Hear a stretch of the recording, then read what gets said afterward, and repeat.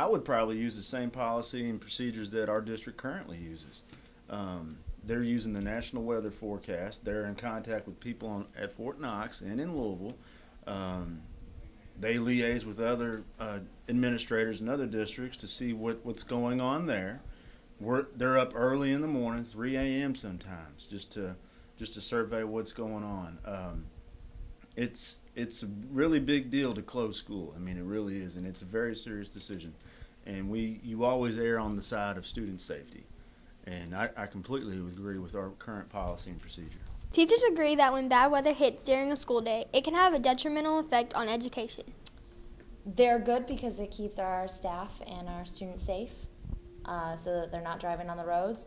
But they can be bad because it can students can get behind on their work, teachers can get behind on their lessons, and we don't want that to happen. We want you guys to learn everything you need to.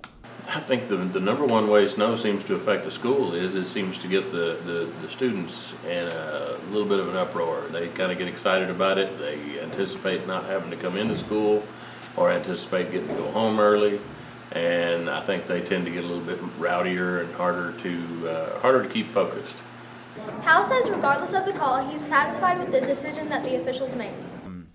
As of right now, we have people in the district getting up at 3 o'clock in the morning to go check the roads, surveying everything, watching the weather reports, talking to other administrators in other districts so they can all figure out what's going on. They're in contact with the National Weather Service, and the decision that they make, I'm completely fine with it.